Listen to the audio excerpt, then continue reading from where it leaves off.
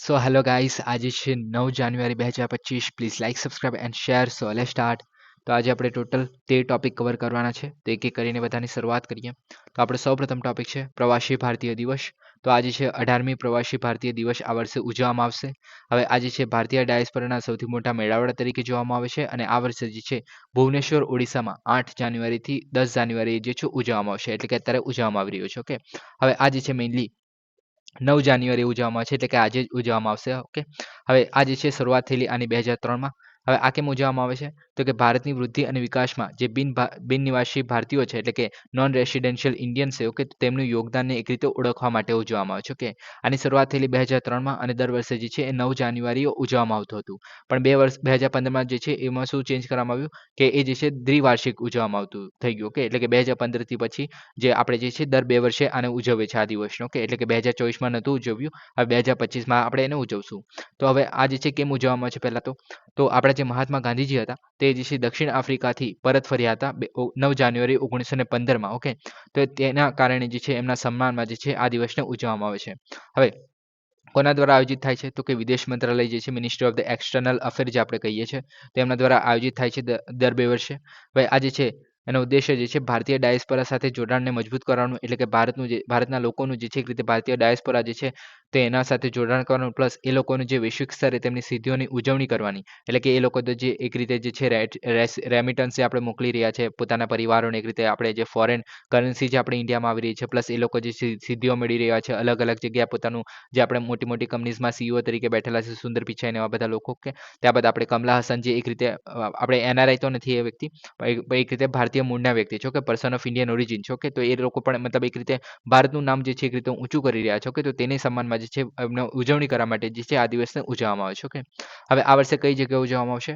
તો કે ભુવનેશ્વર ઓડિશામાં ઉજવવામાં આવશે. તો એને કારણે ઇમ્પોર્ટન્ટ સ્થળ બની જશે આ વખતે. ઓકે, પ્લસ આની થીમ શું છે આ વખતે? તો કે વિકસિત ભારતમાં ડાયસ્પોરાનું યોગદાન. તો આ જે છે આ વર્ષની થીમ રહેશે, તો ઇમ્પોર્ટન્ટ બનશે. ઓકે, હવે આપણે મોસ્ટલી બે વસ્તુમાં કન્ફ્યુઝન હોતું હોય છે કે આપણે નોન રેસિડેન્સ ઇન્ડિયન્સ એટલે કે બિન નિવાસી ભારતીયો કોને કહેવાય છે, અને ભારતીય મૂળની વ્યક્તિ એટલે કે પર્સન ઓફ ઇન્ડિયન ઓરિજિન કોને કહેવાય છે. હવે બીજો એક થર્ડ શબ્દ આવે છે ઓશિયા. Okay, overseas citizen of India. Okay, હવે આ જે છે એક રીતે સ્કીમ હતી. ઓકે, હવે આ સ્કીમ જે છે એટલે બહાર રહેતા જે લોકો છે એના માટેની સ્કીમ હતી. ઓકે, તો એ જે સ્કીમ આપણે પીઆઈઓ સાથે એક રીતે અત્યારે મર્જ કરી દેવામાં આવી છે. ઓકે, તો એને કારણે જે છે એનું સેપરેટ કોઈ એક્ઝિસ્ટન્સ નથી, એટલે એના કારણે આપણે એને જોવાની જરૂર નથી. ઓકે, તમે આ બે વસ્તુ સમજી લેશો તો મોર ધેન ઇનફ છે. ઓકે, હવે બિન નિવાસી ભારતીયો કોને કહેવાય છે? ઓકે, એટલે કે નોન રેસિડેન્શિયલ ઇન્ડિયન્સ છે એ જે છે ભારતીય ડાયસ્પોરા તરીકે પણ ઓળખવામાં આવે છે. તેઓ જે છે ભારતીય નાગરિકો છે. ઓકે, એક રીતે એટલે કે આ જે છે એમની પાસે ભારતીય નાગરિકતા રહેલી છે, એમની પાસે સિટીઝનશીપ હોય છે. ઓકે, અને આ જે છે ભારતના પ્રજાસત્તાકની બહાર રહે છે, એટલે કે આ જે છે ભારતની નાગરિકતા હોવા છતાં એ લોકો જે છે ભારતની બહાર રહેતા હોય છે. ઓકે, તો એને કારણે જે છે એમને નોન રેસિડેન્શિયલ ઇન્ડિયન્સ એટલે કે બિન નિવાસી ભારતીય તરીકે જોવામાં આવે છે. ઓકે, હવે એમાં પણ શરતો આવે છે કે ભાઈ કેટલા દિવસ સુધી તમે બહાર રહો છો તેના પર. ઓકે, એના વિશે પણ થોડી વારમાં જોઈશું.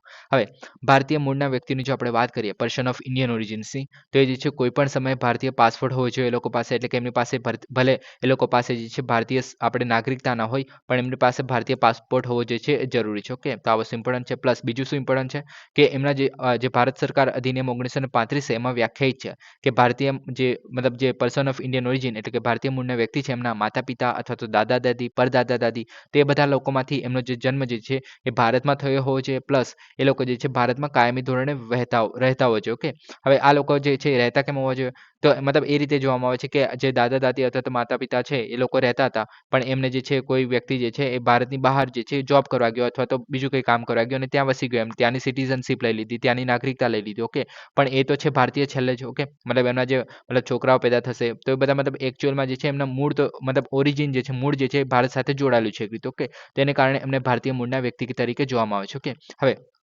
બીજું શું છે? તો કે આ જે ભારતીય નાગરિક છે તો એ જે છે ભારતીયની બહાર હતો, તે એમની જે ભારતીય મૂળની વ્યક્તિ હશે, પ્લસ એમની જે પત્ની હોઈ શકે, તો એ જે છે એક રીતે એમને પણ પર્સન ઓફ ઇન્ડિયન ઓરિજિન તરીકે જોઈ શકાય છે. ઓકે, તો આ થઈ ગયું આપણું ભારતીય મૂળના વ્યક્તિ. ઓકે, હવે બીજું શું છે? તો કે બિન નિવાસી ભારતીયો જે છે એમની વસ્તી જે છે 3 કરોડથી વધારે જોવા મળે છે એક રીતે એનઆરઆઈની. ઓકે, હવે જે આપણે મૂળની જો વાત કરીએ તો એ જે છે આપણે કાઉન્ટ નહીં કરી શકતા એક રીતે. ઓકે, તો એની જે છે મોસ્ટલી વધારે જોવા મળશે એના કરતાં. ઓકે, હવે આગળ વાત કરીએ બિન નિવાસી ભારતીયોની, તો કે ભારતમાં નાણાકીય વર્ષ 182 વર્ષ એટલે કે અત્યારે જે હાલમાં જે છે આપણું નાણાકીય વર્ષ જે ચાલી રહ્યું છે, તો એમાં જે છે એક વર્ષમાં 182 દિવસ કે તેથી વધુ જે છે વિતાવ્યા હોવા જોઈએ ભારતમાં. ઓકે, એટલે કે ભારતની અંદર જે છે 182 દિવસ જેટલા વિતાવ્યા હોવા જરૂરી છે. ઓકે, ત્યારબાદ નાણાકીય વર્ષમાં જે છે 60 દિવસ કે તેથી વધુ દિવસો જે છે આપણે ઉજવવાના હોવો જોઈએ પાછલા નાણાકીય વર્ષમાં. ઓકે, પ્લસ જે પહેલાના જે 4 વર્ષમાં 365 દિવસ કે તેથી વધુ સમય માટે ભારતમાં રહ્યા હોવા જોઈએ. ઓકે, તો એ જ છે ભારતીય નિવાસી તરીકે બની શકે છે. ઓકે, હવે સંબંધિત નાણાકીય વર્ષ તરીકે મતલબ જોવામાં આવે છે આની અંદર. ઓકે, હવે ભારતીય મૂળના વ્યક્તિની જો આપણે વાત કરીએ, તો કે પર્સન ઓફ ઇન્ડિયન ઓરિજિન છે એ કાર્ડ જારી કર્યાના 15 વર્ષ સુધી ભારતમાં મુલાકાત લઈ શકે છે વિઝા વગર. ઓકે, એટલે કે જે આપણા ભારતીય મૂળનો વ્યક્તિ નથી. ઓકે, એટલે મૂળનો જે વ્યક્તિ છે જે ભારતની બહાર રહે છે. ઓકે, એક રીતે તો એમને જે છે વિઝા વગર જે છે આ મતલબ ઓસીઆઈ કાર્ડની અંદર આ જ વસ્તુ આપવામાં આવેલી. તો એના પછી આની જોડે મિક્સ કરીને જે છે આ લોકોને પણ આ બેનિફિટ પ્રોવાઈડ કરવામાં આવેલ કે જે પર્સન ઓફ ઇન્ડિયન ઓરિજિન એટલે કે ભારતીય મૂળના જે વ્યક્તિ છે એ પણ વિઝા વગર જે છે ભારતમાં અવર જવર કરી શકે છે 15 વર્ષ સુધી. ઓકે, વિઝા વગર. હવે આ જે છે પહેલા જે છે એ લોકોએ જે છે વિદેશી પ્રાદેશિક નોંધણી કચેરી એટલે કે જે ફોરેન રિજનલ રજિસ્ટ્રેશન ઓફિસ છે, તો એમાં જે છે એક રીતે નોંધણી કરાવવી પડતી હતી. ત્યાર પછી જે છે ભારતમાં 180 દિવસ સુધી રહી શકતા હતા.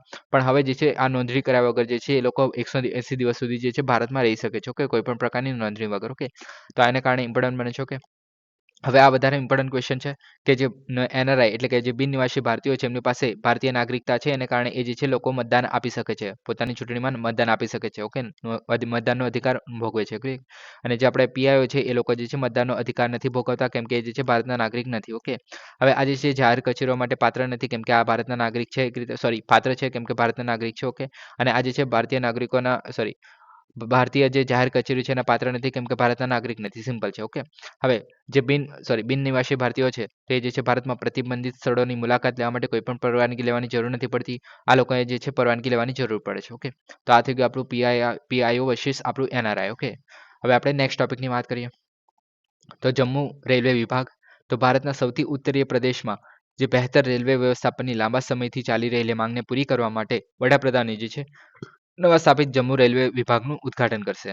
હવે જમ્મુ રેલવે વિભાગની જો આપણે વાત કરીએ તો એ જે છે ઉત્તર રેલવે ઝોનમાં આવશે. હવે પહેલા જે છે એ ફિરોઝપુર ડિવિઝન જે છે એના દ્વારા સંચાલિત કરવામાં આવતું હતું. ઓકે, હવે આની અંદર જે છે અજી ખાંડ બ્રિજ જે ભારતનો પ્રથમ કેબલ સ્ટેન્ડ રેલ બ્રિજ છે અને ચેનાબ રેલ જે અત્યારે થોડા ટાઈમ પહેલા જ ન્યૂઝમાં પણ હતો કે જે વિશ્વની સૌથી ઊંચી રેલવે કમાન છે જેવા પ્રોજેક્ટ્સમાં દેખરેખ રાખે છે. ઓકે, ત્યારબાદ આ જે છે કાશ્મીર ને બીજા બધા દિવસ અલગ અલગ જગ્યાએ જે છે જોડે છે ભારતના. ઓકે, આ જે છે ઉધમપુર શ્રીનગર બારામુલ્લા રેલવે લિંક જે છે સંચાલન કરે છે. ઓકે, ત્યારબાદ જમ્મુ કાશ્મીરમાં પ્રાદેશિક વિકાસ સુલભતા અને પ્રવાસનને વેગ આપશે.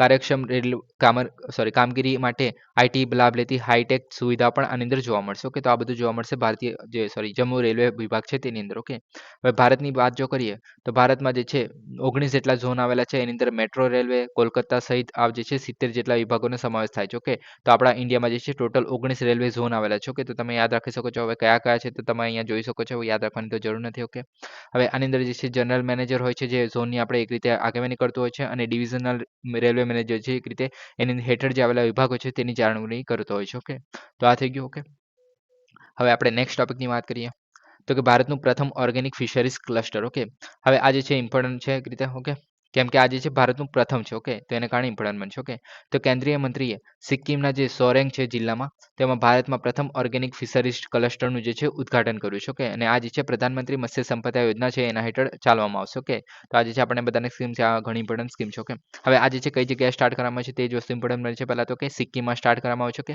હવે આમાં જે છે ફિશરીઝ ક્લસ્ટર એટલે શું? ઓકે, હવે ક્લસ્ટર એટલે કે આની અંદર જે છે જે આપણે ફિશનું ઉત્પાદન એટલે કે જે આપણે માછલીનું ઉત્પાદન કરતા હશે એમનું જે આપણે એક રીતે સાચવણી કરવા પહેલા આપણે શું કહે કે બીજથી માંડીને આપણે એક રીતે ઉછેર કરતા હશે જે આપણે ખેત મજૂરો થઈ ગયા એક રીતે. ઓકે, જે ફિશરીઝ આપણે ઉત્પાદન કરવાનું કામ કરે છે. ત્યારબાદ આખું જે આપણે કંપનીઓ ચાલે છે જે એક્સપોર્ટ કરવાનું કામ કરે છે, પછી આપણે જે એને સાચવવાનું કામ કરે છે, સ્ટોર કરવાનું કામ કરે છે, બિયારણ પ્રોવાઈડ કરવાનું કામ કરે છે, તો એ બધા જે આખું જે ઇકોસિસ્ટમ બનાવે છે. ઓકે, તો તેને એક રીતે ક્લસ્ટર તરીકે જોવામાં આવે છે. ઓકે, તો તેને ફિશરીઝ ક્લસ્ટર તરીકે ઓળખવામાં આવે છે. ઓકે, હવે આની શરૂઆત થઈ છે આપણે સિક્કિમમાં. ઓકે, હવે ઓર્ગેનિક પ્રેક્ટિસનો ઉપયોગ કરવાનો છે આની અંદર. ઓકે, એટલે કે કુદરતી આપણે પ્રેક્ટિસ છે જે ઓર્ગેનિક છે તેનો આપણે ઉપયોગ કરવાનો છે. ફર્ટિલાઇઝર ને એવું બધુંનો ઉપયોગ નથી કરવાનો. ઓકે, અને ઇકો ફ્રેન્ડલી માછલી ઉછેર માટે રચાયેલી ફિશરીઝ ક્લસ્ટર છે. ઓકે, હવે આની વિશેષતા શું છે તો કે ન્યૂનતમ પર્યાવરણ પ્રદૂષણ કરવાનું છે અને ટકાઉ ઉત્પાદન પર ધ્યાન કેન્દ્રિત કરવાનું છે. ઓર્ગેનિક માછલીની ખેતી માટે અમૂર કાર્પ એ જે છે માછલીની પ્રજાતિ છે અને બીજી અન્ય જે મુખ્ય પ્રજાતિઓ છે તો તેને સમાવેશ કરવામાં આવશે આની અંદર. ઓકે, અને આ જે છે એક રીતે નાબાર્ડ દ્વારા સપોર્ટેડ છે. ઓકે, નાબાર્ડ શું છે તો કે national board four agriculture and research and development. Okay, તો આ જે છે એનું ફૂલ ફોર્મ છે. ઓકે, નાબાર્ડનું. તેના દ્વારા જે છે ઇન્ફ્રાસ્ટ્રક્ચર, ક્ષમતા નિર્માણ અને ફાર્મર પ્રોડ્યુસ ઓર્ગેનાઇઝેશન જે છે તેની રચના માટે ભંડાર દ્વારા ટેકો આપશે. ઓકે, તો આ જે છે ઇમ્પોર્ટન્ટ છે કે આના દ્વારા જે છે ભંડાર આપવામાં આવી રહ્યું છે એક રીતે. ઓકે, હવે ભંડોળ દ્વારા ટેકો આપશે. ઓકે, તો આ ઇમ્પોર્ટન્ટ બને છે. ઓકે, હવે આપણે જે પ્રધાનમંત્રી મત્સ્ય સંપદા યોજનાની જો વાત કરીએ તો આ જે છે પ્રધાનમંત્રી મત્સ્ય સંપદા યોજના છે એ મત્સ્ય ઉદ્યોગના ક્ષેત્રને ટકાઉ અને જવાબદાર વિકાસ દ્વારા વાદળી ક્રાંતિ લાવવા માટે 2020માં શરૂઆત કરવામાં આવી હતી. ઓકે, હવે આ જે છે નાણાકીય વર્ષ 2020માં પહેલા શરૂઆત કરવામાં આવેલી અને 2020-21 થી 2024-25 સુધી ચાલવાની હતી. ઓકે, અને અત્યારે પણ લંબાઈ દેવામાં આવી છે લગભગ. ઓકે, હવે આ જે છે કેન્દ્રીય ક્ષેત્રની યોજના છે અને આની અંદર કેન્દ્ર પ્રાયોજિત યોજના પણ જોવા મળે છે. ઓકે, એટલે કે બંને વસ્તુ એક સાથે જોવા મળે છે. ઓકે, એટલે કે કેન્દ્રીય ક્ષેત્રની યોજનામાં શું કહેવાય છે કે કેન્દ્ર દ્વારા એક રીતે પૈસા આપવામાં આવતા હોય છે અને કેન્દ્ર પ્રાયોજિત યોજના એટલે કે એની અંદર કેન્દ્ર અને રાજ્ય બંને આપણે એક રીતે ભંડોળ આપતા હોય છે. ઓકે, હવે આ જે છે માછલીના ઉત્પાદનને વધારીને 22 મિલિયન મેટ્રિક ટન જેટલું કરવાનું છે. લણણી પછીના નુકસાનને 20-25% ઘટાડીને લગભગ 10% જેટલું લઈ જવાનું છે. લણણી પછી એટલે કે માછલી જે છે એકવાર આપણે તળાવમાંથી જ્યાં આપણે ઉછાળવામાં આવી હોય ત્યાંથી બહાર કાઢી નાખવામાં આવે છે તો મોસ્ટલી જે છે ખરાબ થઈ જાય છે 20-25% જેટલી. ઓકે, તો એ વસ્તુને પ્રિવેન્ટ કરીને આપણે 10% જેટલી ખરાબ થાય તો એનો એક ટાર્ગેટ રાખવામાં આવેલો છે. ઓકે, બમણી નિકાસ કમાણી લગભગ રૂપિયા 10 લાખ કરોડ જેટલા કરવાના છે. ઓકે, ત્યારબાદ અને ઉદ્દેશ્ય શું છે તો કે ફિશરીઝ પોટેન્શિયલનો ઉપયોગ કરવાનો છે એટલે કે ટકાઉ અને જવાબદારી રીતે મત્સ્ય ઉદ્યોગને સંભવિત ઉપયોગ કરવાનો છે. લણણી પછીનું સંચાલન કરવાનું છે, એની ગુણવત્તા સુધારવાની છે અને મુખ્ય શૃંખલા આધુનિકરણ અને મજબૂતીકરણ કરવાનું છે. ઓકે, જમીન અને પાણીનું વિસ્તરણ કરવાનું છે. તીવ્રતા અને વૈવિધ્યકરણ અને ઉત્પાદક ઉપયોગિતા દ્વારા મત્સ્ય ઉત્પાદન અને ઉત્પાદકતામાં વધારો કરવાનો છે. ઓકે, હવે આજે છે મજબૂત મત્સ્ય ઉદ્યોગ વ્યવસ્થાપન માટે નિયમનકારક એક રીતે માળખું સ્થાપવાનું છે. નિયમનકારી માળખું એટલે કે રેગ્યુલેટ કરવાની વાત કરવામાં આવી રહી છે. ઓકે, હવે વૈવિધ્યકરણ એટલે કે આપણે શું કહે કે અલગ અલગ વસ્તુ આપણે નવી નવી વસ્તુ ટ્રાય કરવાની છે. જેમ કે આપણે ઓર્ગેનિક ઉત્પાદનની અત્યારે વાત કરી રહ્યા છીએ કે ગુણવત્તા સુધારવાની વાત કરવામાં આવી રહી છે જેથી આપણે ફોરેનમાં પણ આપણે એક રીતે ડિસ્ટ્રીબ્યુટ કરી શકીએ, આપણે ટ્રેડ કરી શકીએ. ઓકે, માછીમારો અને મત્સ્ય ઉદ્યોગોની આવક બમણી કરવાની છે અને મત્સ્ય ઉદ્યોગમાં ક્ષેત્રમાં અર્થપૂર્ણ જે રોજગારી છે એને તો ઊભી કરવાની છે. ઓકે, તો આ બધા એના ઉદ્દેશો છે. ઓકે, તો આ થઈ ગયું આપણું પ્રધાનમંત્રી મત્સ્ય સંપદા યોજના. ઓકે, હવે નેક્સ્ટ ટોપિકની વાત કરીએ બ્લિંકિટ એમ્બ્યુલન્સ સેવા. તો ઝોમેટોની માલિકીને પ્લેટફોર્મ જે બ્લિંકિટ છે એને 10 મિનિટ એમ્બ્યુલન્સ સેવાની શરૂઆત કરી છે. હવે એ જ છે એના પછી કેન્દ્રીય વાણિજ્ય પ્રધાન જે આપણા પિયુષ ગોયલ છે એમણે કાયદાકીય પાલન પર ભાર મૂક્યો હતો અને આ જાહેરાતથી નિયમનકારી અનુપાલન, આરોગ્ય સંભાળ સુલભતા અને રાજ્યોની જે જવાબદારી છે એની ચર્ચાઓ વધી ગઈ છે.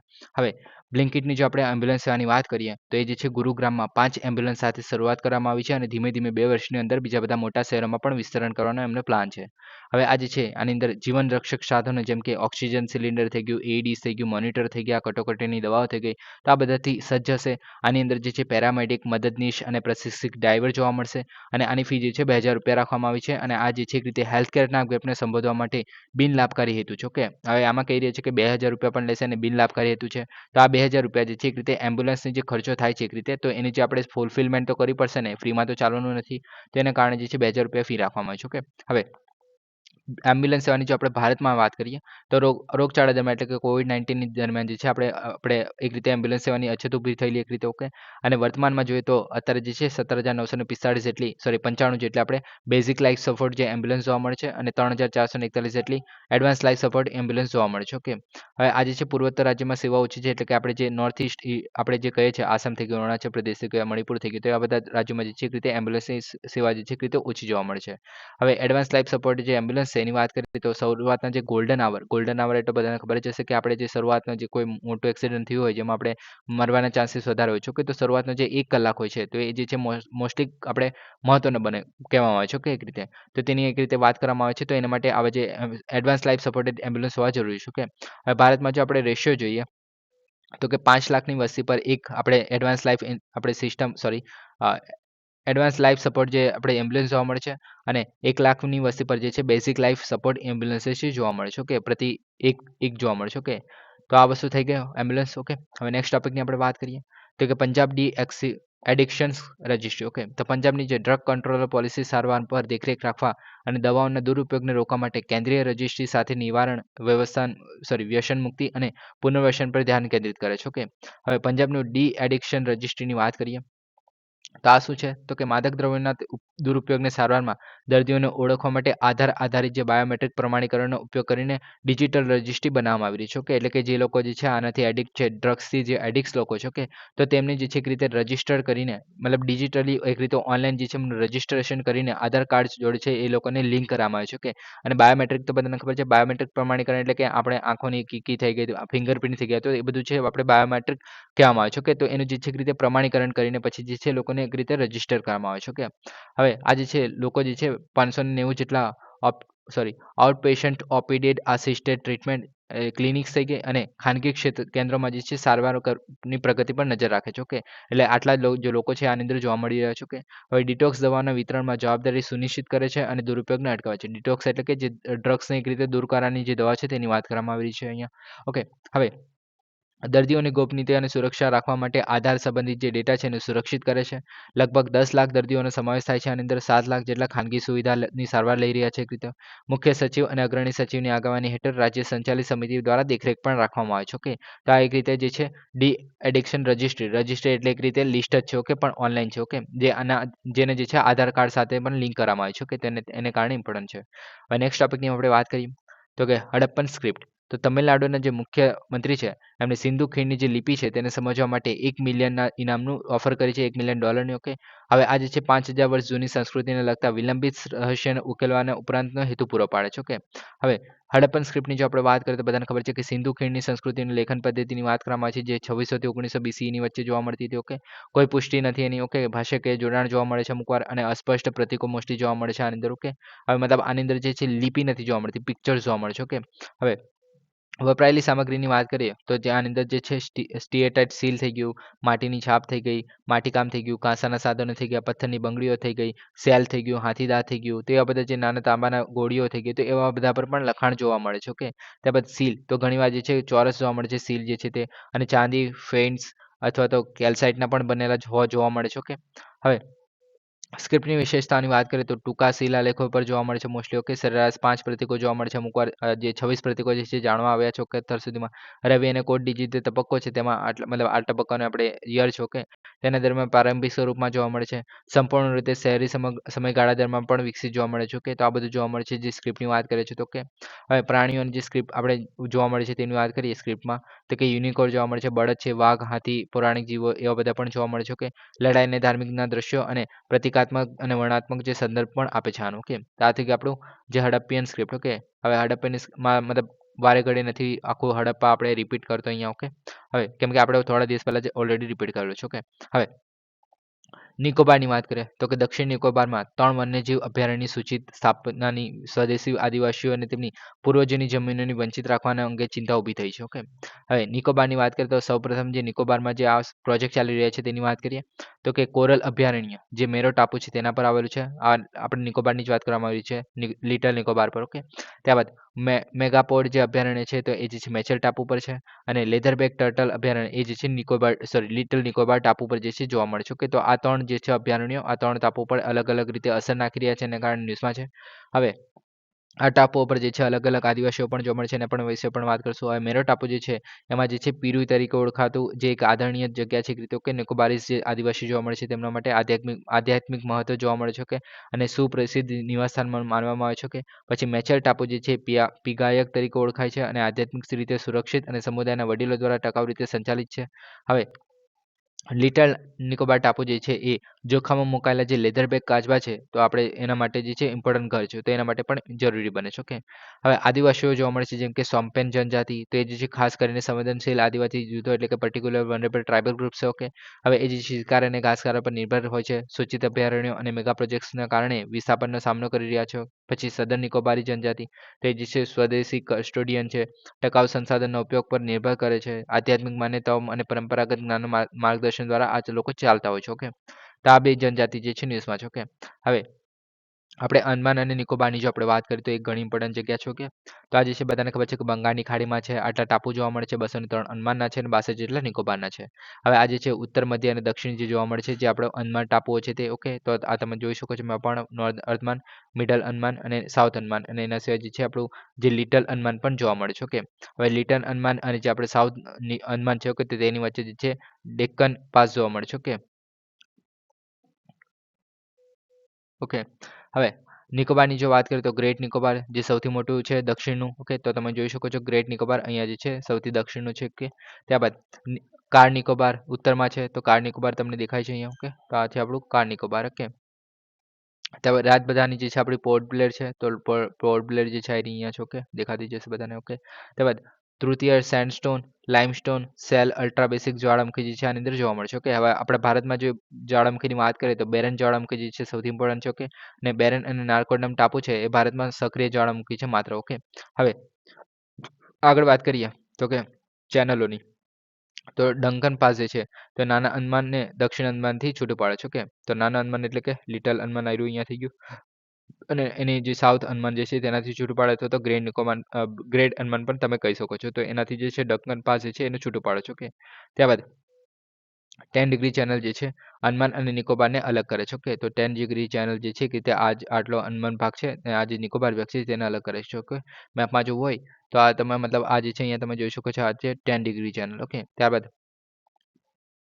ગ્રેટ નિકોબાર અને સુમાત્રા અને ઇન્ડોનેશિયા છે તો એમાં ગ્રાન્ડ ચેનલ જોવા મળે છે, અને કોકો જે આપણે ટાપુઓ જોવા મળે છે તો એન્ડમાન અને કોકો ટાપુના જે છે એને છૂટું પાડે છે, જે ક્રોકો સ્ટ્રેટ છે તે. ઓકે, સ્ટ્રેટ એટલે કે સામુદ્ર જૂની છે તે. ઓકે, હવે આ જે છે લક્ષદ્વીપ ને જે આપણે મિનિકોય જે છે એમના વચ્ચે જે 9 ડિગ્રી ચેનલ જોવા મળે છે, અને મિનિકોય અને જે માલદીવ છે તો એમના વચ્ચે 8 ડિગ્રી ચેનલ જોવા મળે છે. તો આટલું વસ્તુ તમે યાદ રાખી શકો છો. ઓકે, હવે આ ઇમ્પોર્ટન્ટ એક રીતે પિક્ચર છે. ઓકે, હવે નેક્સ્ટ વાત કરીએ અંદમાન અને નિકોબાર ટાપુની, તો આબોહવા જે છે એક રીતે ઉષ્ણકટિબંધીય દરિયાઈ ચોમાસાના પવનથી પ્રભાવિત હોય છે. ઓકે, ગાઢ ઉષ્ણકટિબંધીય વરસાદી જંગલો અને મેંગ્રુવ જંગલો જોવા મળે છે અહીંયા. ઓકે, કેમ કે સમુદ્રની નજીક છે ઓલરેડી. ઓકે, ત્યારબાદ ઉત્તરમાં અંદમાનમાં સેડલ પીક જોવા મળે છે, જે સૌથી ઊંચું શિખર છે, તો તમને દેખાતું હશે અહીંયા સેડલ પીક. ઓકે, આવ્યું અહીંયા. ઓકે, ત્યારબાદ જાયન્ટ રોબર કરચલો અને જે ડુગોંગ છે, જે આપણે સમુદ્રની ગાય આપણે કહીએ છીએ. ઓકે, તો તે જે છે અહીંયા વન્યજીવ છે. ઓકે, હવે રહેવાસીની વાત કરીએ તો છૂટી છૂટી વસ્તી જોવા મળે છે, કે કેટલાક ટાપુ નિર્જન છે એક રીતે, કોઈ રહેતું નથી અમુક ટાપુ પર. ઓકે, સિસ્મિક પ્રવૃત્તિમાં જે ધરતીકંપ ઝોન છે એક રીતે. ઓકે,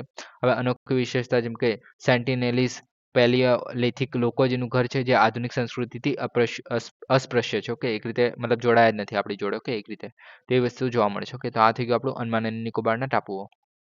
હવે નેક્સ્ટ વાત કરીએ વેમનાડ તળાવ, તો આબોહવા પરિવર્તન અને કતલખાનાઓના અને ઝીંગા છાલના જે શેડ છે એમાંથી પ્રદૂષણ વેમનાડ તળાવની જે ઇકોસિસ્ટમ છે એને ગુંગળાવી રહ્યું છે, જે વારંવાર વાવેતર વિસ્તારો પર ઝડપથી સંકાચાઈ રહ્યું છે એને કારણે. ઓકે, હવે વેમનાડ તળાવની જો આપણે વાત કરીએ તો કેરળમાં આવેલું છે, બધાને ખબર છે, ઘણી વખત ડિસ્કસ કરી લીધું છે. ઓકે, હવે વેમનાડ તળાવ જે છે કેરળનું સૌથી મોટું તળાવ છે અને ભારતનું સૌથી લાંબુ તળાવ છે. ઓકે, હવે આ જે છે 3 જિલ્લામાં જે છે રીતે ફેલાયેલું છે. કે આની અંદર જે છે મીનાચીલ, અયચન કોવિલ, પંપા અને જે છે મણિમાલા. ઓકે, તો આ જે છે નદીઓમાંથી પાણી મેળવે છે. ઓકે, હવે આ જે છે વેમનાડ જે છે એને કાયલ એટલે કે સ્થાનિક વેમનાડ કાયલ જે છે સ્થાનિક રીતે નામ છે. પછી પૂનમદા તળાવ જે કુટનાદ તરીકે ઓળખવામાં આવે છે, અને કોચી તળાવ જે કોચી છે તો એ તરીકે પણ ઓળખવામાં આવે છે. અલગ અલગ નામ છે. કોચી તમે અહીંયા જોઈ શકો છો. કે તો આ જે છે વેમનાડ તળાવ છે. કે અહીંયા હવે આગળ વાત કરીએ એક અવરોધક ટાપુ છે, તો એને કારણે જે છે આપણે અરબી સમુદ્ર છે જે અલગ પડે છે એક રીતે. ઓકે, હવે બેક વોટર બનાવે છે એક રીતે. બેક વોટર એટલે કે સમુદ્રનું પાણી જે છે આપણે જમીન પર આવી જતું હોય છે મોસ્ટલી. ઓકે, તો મતલબ આ તળાવમાં પણ આવી જતું હશે થોડું ઘણું,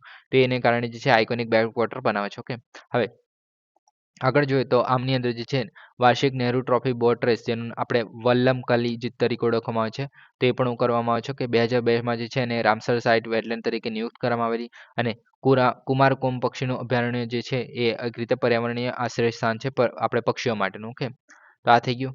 હવે આની સાથે જે રીતે અષ્ટમુડી તળાવ જે છે ઘણું ઇમ્પોર્ટન્ટ હોય છે. ઓકે, આના સિવાય પણ આની અંદર જે આપણે પંબન જે છે, પછી પેરિયાર લેક થઈ ગયું, તો પછી આ બધા જે છે ઇમ્પોર્ટન્ટ છે. ઓકે, વેમનાડ લેક અહીંયા તમે જોઈ શકો છો. કે પછી કાયાકુલમ જે લેક છે, પછી અષ્ટામુડી લેક છે, તો આ બધા જે છે ઇમ્પોર્ટન્ટ લેક છે આના. ઓકે, પેરિયાર લેક છે અહીંયા. ઓકે, હવે અષ્ટમુડી તળાવની જો આપણે વાત કરીએ તો કે કોલ્લમ જિલ્લામાં આવેલું છે કેરળમાં. ઓકે, રામસાર વેટલેન્ડ છે એક રીતે.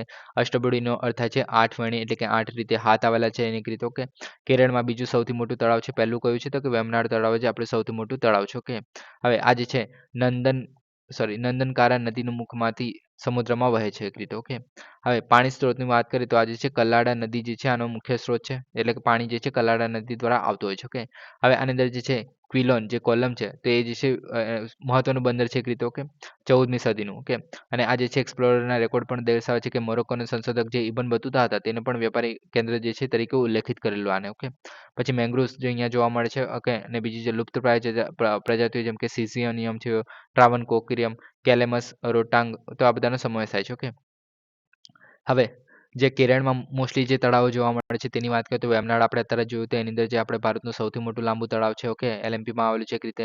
હાઉસબોટ જે આપણે જોવા મળે છે Nehru trophy boat race. Okay, તો એ જે છે ઉજવવામાં આવે છે. ઓકે, ત્યારબાદ અષ્ટમુડી તળાવની વાત કરીએ તો કેરળનું બીજું સૌથી મોટું તળાવ છે. ઓકે, કોલ્લમમાં આવેલું છે અને એને હથેળી જે આકારના જળાશયો જોવા મળે છે એને કારણે જે સમુદ્રની જીવવિવિધતા માટે પ્રખ્યાત છે. ઓકે, પછી પૂનમદા તળાવ જે છે એક રીતે વેમનાડનો જે એક રીતે ભાગ છે. ઓકે, અને એ જે છે LMPમાં સ્થિત છે. Okay, Nehru trophy boat race માટે પણ એ જાણેલું છે. ઓકે, પછી પેરિયાર તળાવ જે છે એ પેરિયારમાં રાષ્ટ્રીય ઉદ્યાન તરીકેનો એક ભાગ છે. ઓકે, જે થેકડીમાં આવેલું છે. કે અને આ જે છે બોટ ક્રૂઝ માટે આદર્શ જોવા મળે છે. ઓકે, પછી અકુલ્લમ તળાવ એ જે છે ત્રિવિઘ્નમમાં એક રીતે મનોહર મીઠા પાણીનું સરોવર છે એક રીતે, અને આ જે છે પરિવાર સાથે ફરવા માટે ઇમ્પોર્ટન્ટ છે. ઓકે, અને પછી હવે સત્સમકોટા તળાવ તો કેરળનું સૌથી મોટું તાજા પાણીનું તળાવ છે. તો આ વસ્તુ ઇમ્પોર્ટન્ટ બને છે કે કેરળનું સૌથી મોટું તાજા પાણીનું તળાવ જે છે એ સસ્તમકોટા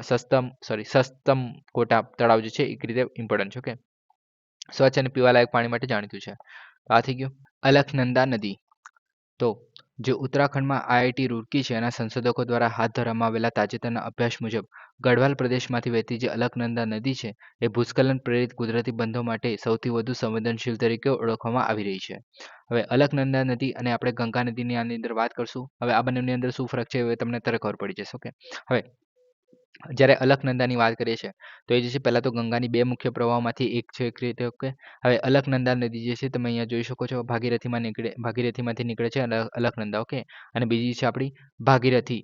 ઓકે, જે ભાગીરથી જે છે તે તમે અહીંયા જોઈ શકો છો. આ જે ભાગીરથી ઓકે જે ગંગોત્રીમાંથી નીકળે છે. ઓકે, તો આ બંને જે નદી છે એ દેવપ્રયાગમાં મળે છે. તો આને જે છે આગળ જઈને પછી ગંગા તરીકે ઓળખાય છે. ઓકે, તો આટલું વસ્તુ ઇમ્પોર્ટન્ટ બને છે આની અંદર. ઓકે, કે ગંગા નદી જે છે એક રીતે દેવપ્રયાગથી બને છે એક રીતે. ઓકે, ભાગીરથી અને અલકનંદા ભેગી થાય છે ત્યારબાદ. ઓકે, હવે અલકનંદાની જો વાત કરીએ તો એ જે છે સંતોપદ અથવા તો ભગીરથ જે ખડક છે. ઓકે, એક રીતે ગ્લેશિયર્સ છે. ઓકે, તો ત્યાંથી નીકળે છે ગઢવાલ હિમાલયમાંથી ઉત્તરાખંડમાંથી. ઓકે, હવે જે આ ધોલી ગંગા છે એ નદી મળે છે વિષ્ણુ પ્રયાગમાં. ઓકે, તો અલકનંદા નદી છે ત્યાં અલકનંદા નદીને જે છે ધોલી ગંગા નદી મળે છે ક્યાં વિષ્ણુ પ્રયાગમાં. ઓકે, તો આ જે છે તમે જોઈ શકો છો અહીંયા વિષ્ણુ પ્રયાગ છે. ઓકે, અરે વિષ્ણુ પ્રયાગ અહીંયા છે. ઓકે, તો અહીંયા જે છે એક રીતે આપણે અલકનંદા વહેતી હોય છે કે આની અંદર આપણે એક રીતે ધોલી ગંગા આવે છે. ઓકે, ત્યારબાદ નંદપ્રયાગમાં જે છે નંદાકિની જે નદી મળે છે. ઓકે, તો આ જે છે આપણે નંદાકિની નદી જે છે અહીંયા નંદપ્રયાગમાં મળે છે. ઓકે, નંદપ્રયાગ એટલે કે આ જગ્યા છે. ઓકે, ત્યારબાદ કર્ણપ્રયાગમાં જે છે પિંડારી નદી મળે છે. તો આપણે અહીંયા જે છે કર્ણપ્રયાગ ક્યાં ગયું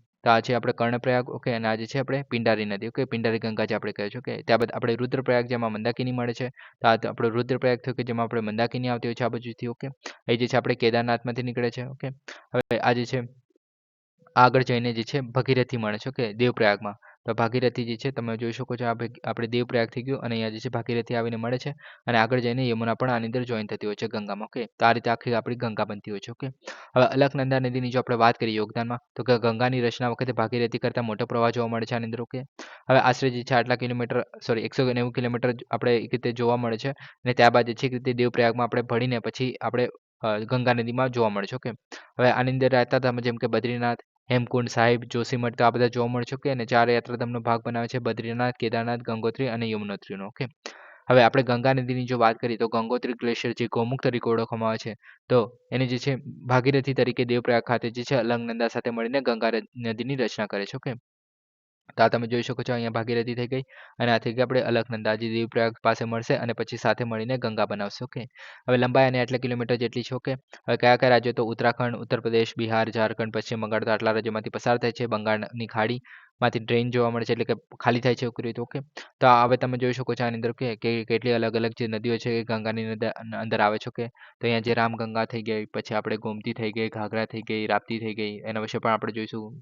ગંડક થઈ ગઈ, આગળ કોસી થઈ ગઈ, તો આ બધી ઇમ્પોર્ટન્ટ ગંગા રીતે નદીઓ છે. ઓકે, દામોદર પણ આવે છે. ઓકે, પછી હુગલી જે છે એક રીતે એની ડિસ્ટ્રીબ્યુટરી છે. ઓકે, ઉપનદી છે એક રીતે. ઓકે, હવે મહત્વની વાત કરીએ તો સૌથી મહત્વપૂર્ણ ભારતીય નદી છે. વિશાળ તટપ્રદેશ જોવા મળે છે, ઉચ્ચ વસ્તી ગીચતા જોવા મળે છે, મહત્વપૂર્ણ જળ સ્ત્રોત છે, સાંસ્કૃતિક અને આધ્યાત્મિક રીતે મહત્વપૂર્ણ છે. ઓકે, તો આ બધું તો આપણને ખબર છે. ઓકે, ગંગા વિશે. હવે ગંગા નદીની આગળ વાત કરીએ તો ભગીરથી અને અલખનંદા, તો આ વસ્તુ ઇમ્પોર્ટન્ટ છે. ઓકે, ગંગા નદી છે જે દેવપ્રયાગ પાસે મળે છે એક રીતે. ઓકે, અને ગંગા અને યમુના જે છે એ પ્રયાગરાજ અલ્હાબાદ પાસે મળતી હોય છે. ઓકે, હવે મુખ્ય ઉપનદીની જો વાત કરીએ તો આની અંદર જે છે યમુના, રામગંગા, ગોમતી, ઘાઘરા, ગંડક, દામોદર, કોશી, તો આ બધી છે એની મુખ્ય ઉપનદીઓ છે. ઓકે, હવે પાણીનું ડાયવર્ઝન તો હરિદ્વાર પાસે ઉપલી ઉપલી ગંગા નહેર જોવા મળે છે. ઓકે, જે ત્યારબાદ બીજનોર પાસે મધ્ય ગંગા નહેર જોવા મળે છે. નરોરા પાસે નીચલી ગંગા નહેર જોવા મળે છે અને ફરક્કા જે છે હુગલી નદી એક રીતે બેરેજ બનાવે છે. ઓકે, ત્યારબાદ અંતિમ કોષની વાત કરીએ તો ફરક્કા ખાતે જે ભાગીરથી જે છે હુગલી બને છે એક રીતે ડિસ્ટ્રીબ્યુટ થઈ જાય છે ગંગા નદી અને પદ્મમાં વિભાજિત થાય છે. ઓકે, પદ્મામાં વિભાજિત થઈ જાય છે અને બાંગ્લાદેશમાં જે પ્રવેશ કરે છે અને બંગાળની ખાડીમાં પહોંચતા પહેલા બ્રહ્મપુત્રમાં જોડાય જાય છે. ઓકે, તો આ રીતે આખી જોવા મળે છે આખો કોર્સ. ઓકે, એટલે કે જે છે ફરક્કા ખાતે જે છે એક રીતે ભાગીરથી નદી એટલે કે આપણે જે ભાગીરથી હુગલીમાં એક રીતે ડિસ્ટ્રીબ્યુટ થઈ જાય છે. કે એટલે કે ગંગા નદી છે બે ભાગમાં વિભાજિત થઈ જાય છે એક રીતે, એક હુગલી તરીકે અને બીજી જે છે પદ્મા તરીકે. ઓકે, જે આપણે બાંગ્લાદેશની વાત કરીએ છીએ. ઓકે, આ બાંગ્લાદેશમાં વિભાજિત થઈને એક જે છે બંગાળની ખાડીમાં પહોંચે છે ત્યાર પહેલા બ્રહ્મપુત્રમાં જોડાય છે અને બીજી છે એક રીતે હુગલી તરીકે વહેતી હોય છે. ઓકે, તો આ વસ્તુ જોવા મળે છે. ઓકે, ગંગા નદીમાં. ઓકે, તો આ થઈ ગયું. નેક્સ્ટ ટોપિકની વાત કરીએ હવે તો ઉમરેડ કર હાંડલા જે વન્યજીવ અભયારણ્ય છે. ઓકે, તો બોમ્બે હાઈકોર્ટે ઉમરેડ જે પોની કર હાંડલા જે વન્યજીવ અભયારણ્ય છે. ઓકે, તો એમાં જે છે વાઘણ અને તેના બચ્ચાને કોર્નરિંગ એટલે કે એક રીતે ખૂણામાં જે છે હેરાન કરવામાં આવેલા પ્રવાસીઓની સંડોવણી દ્વારા એક ઘટનાને જે છે એ સ્વ મોટો સંજ્ઞા જે છે લેવામાં આવી છે કે રીતે શું મોટો જે આપણે કહે છે. ઓકે, જેમાં વન્યજીવ સંરક્ષણ અને મોનિટરિંગની પ્રોટોકોલની ક્ષતિઓ સામે આવી હતી. ઓકે, હવે આપણે આ અભયારણ્યની જો વાત કરીએ તો ક્યાં આવેલું છે તો આ જે છે એક રીતે મહારાષ્ટ્રમાં આવેલું છે. ઓકે, આ જે છે તડોબા અંધારી ટાઈગર રિઝર્વ છે એનો એક રીતે ભાગ છે. આની અંદર જે છે વેની ગંગા નદી જે છે વહેતી હોય છે. ઓકે, અને આ જે છે એક રીતે ગોર્જ ખુર્દ ડેમ છે તે ઉત્તર પૂર્વમાં આવેલો છે. ઓકે, તો આની અંદર જે છે ખાલી એટલું ઇમ્પોર્ટન્ટ બને છે કે આ જે છે મહારાષ્ટ્રમાં આવેલું છે. ઓકે, ત્યાં ન્યૂઝમાં છે એટલે આપણે એને કવર કરી લીધું. ઓકે, તો આ થઈ ગયું. ઓકે, આ તમે જોઈ શકો છો મેપ હમણાં આવ્યું અહીંયા છે. ઓકે, અને આ જે છે એક રીતે અંધારી ટાઈગર રિઝર્વ જે છે તેને એક રીતે પાર્ટ કહી શકાય. ઓકે, હવે બીજું આની અંદર વનસ્પતિને એવું બધું છે તો એ બધું ઇમ્પોર્ટન્ટ નથી એટલું બધું. ઓકે, નેક્સ્ટ વાત કરીએ નેક્સ્ટ ટોપિકની તો રેબિટ ફીવર જેને તુલારીમિયા તરીકે પણ ઓળખવામાં આવે છે. તો તાજેતરમાં અહેવાલ મુજબ જે છે યુએસએમાં રેબિટ ફીવરમાં જે છે 50%થી વધુ વધારો જોવા મળ્યો છે. ઓકે, હવે રેબિટ ફીવરની જો આપણે વાત કરીએ તો એ જે છે રેબિટ અને ઉંદરથી ફેલાતો હોય છે એક રીતે. ઓકે, સસલા અને ઉંદરથી. હવે આ જે છે દુર્લભ અને સંભવિત જીવલેણ ચેપી રોગ છે. ઓકે, તો ચેપી રોગ છે એક રીતે. ઓકે, અને બેક્ટેરિયાથી ફેલાય છે. કયો બેક્ટેરિયાથી ફેલાય છે? બેક્ટેરિયમ ફ્રાન્સિસેલા તુલેરેસિન્સ.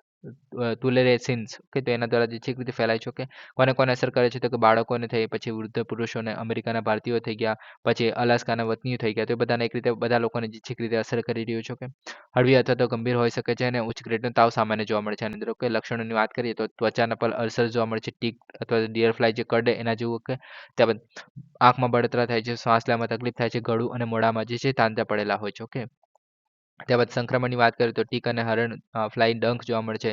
ચેપગ્રસ્ત પ્રાણીઓ જેમ કે ઉંદર અને સસલા સાથે સંપર્કમાંથી થાય છે. દૂષિત પાણી પીવાથી થઈ શકે છે. દૂષિત ધૂળ શ્વાસમાં લેવાથી થઈ શકે છે. લેબોરેટરીના એક્સપોઝરથી થઈ શકે છે. તો આ બધાને કારણે એ થઈ શકે છે. ઓકે, હવે આને જે છે કોઈપણ પ્રકારની રસીઓ ઉપલબ્ધ નથી અને એન્ટીબાયોટિક સાથે સારવાર કરવી આની અંદર આવશ્યક બને છે. ઓકે, તો આ એક રીતે ઝૂનોટિક બીમારી થઈ ગઈ કેમ કે પ્રાણીઓથી આપણે મનુષ્યને થાય છે એને કારણે. ઓકે, તેને કારણે ઇમ્પોર્ટન્ટ બને છે. આ થઈ ગયું. હવે નેક્સ્ટ ટોપિકની વાત કરીએ.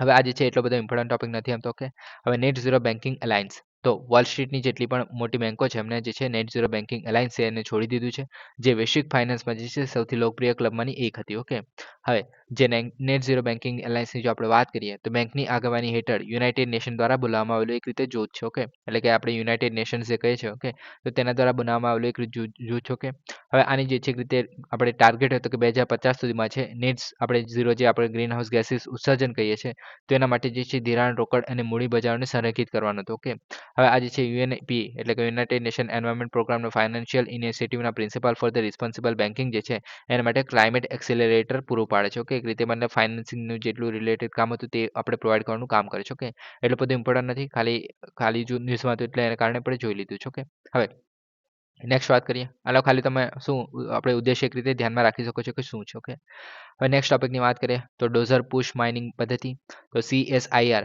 જે આપણે council for the scientific and industrial research જે કહે છે અને central institute of the mining and the fuel research છે, તેમને જે છે ભારતમાં પ્રથમ વખત અદ્યતન ડિજિટલ તકનીકોને સંકલિત કરીને ડોઝર પુશ માઇનિંગ પદ્ધતિ માટે પ્રથમ ટ્રાયલ બાલાસ્ટ સફળતાપૂર્વક હાથ ધર્યું છે. ઓકે, હવે આ એક્ઝેક્ટલી શું છે એની જાણવાની આપણે કોઈ જરૂર નથી કે એક્ઝેક્ટલી કેવી રીતે શું કામ કરવામાં આવ્યું છે, શું ચેન્જ કરવામાં આવ્યું છે. ઓકે, હવે કોના દ્વારા બહાર પાડવામાં આવે છે તે વસ્તુ ખાલી ઇમ્પોર્ટન્ટ છે કે CSIR જે CIMFR છે, ઓકે, તેના દ્વારા જે છે આ કોઈ પદ્ધતિ માઇનિંગ માટેની જે છે નવી લાવ્યા છે. ઓકે, હવે આ જે છે એક રીતે માનવરહિત છે, સ્વયં સંચાલિત મશીનરી જોવા મળે છે. ઓકે, આના દ્વારા વિકસિત છે. હવે ખાણકામ પ્રક્રિયાને શ્રેષ્ઠ બનાવે છે. કંપન અને ફ્લાય રોગ જે આપણે એને નિયંત્રિત કરે છે. ફ્લાય રોગ એટલે કે જે આપણે ધૂળ ને બધું ઉડતું હોય છે અને કંપન છે તો તેને એક રીતે ઘટાડવાનું કામ કરે છે અને કારણે જે છે ઇમ્પોર્ટન્ટ ટેકનોલોજી છે એક રીતે. ઓકે, હવે આ જે છે ફાયદા શું છે તો કે આની અંદર પરંપરાગત ટ્રક પાવડો, પછી પાવડો ડમ્પર થઈ ગયું. ઓકે, તો એ જે છે ડ્રેગલાઇન પદ્ધતિ માટે યોગ્ય બનાવે છે. ઝડપી કોલસાની પુનઃપ્રાપ્તિ થાય છે, વિલંબમાં ઘટાડો કરે છે ચોમાસા દરમિયાન પણ. ઓકે, ઓપરેશનલ ખર્ચમાં 7 થી 10% જેટલો ઘટાડો કરે છે. ડ્રેગ લાઇન મશીનોને બહુ વધુ ઉપયોગ અને યુનિટ ખર્ચમાં ઘટાડો કરે છે. મેન્યુઅલ લેબરમાં જોખમો ઘટાડીને કામદારોની સુરક્ષામાં વધારો કરે છે. તો આ બધું આની અંદર જોવા મળે છે. ઓકે, તો આ કઈ પદ્ધતિ છે તો એના માટે ઇમ્પોર્ટન્ટ છે. ઓકે, તો આ થઈ ગયું. સો ગાઈઝ, આજ માટે આટલું જ છે. Please subscribe, like and share. Thank four listening. જય હિન્દ, વંદે માતરમ.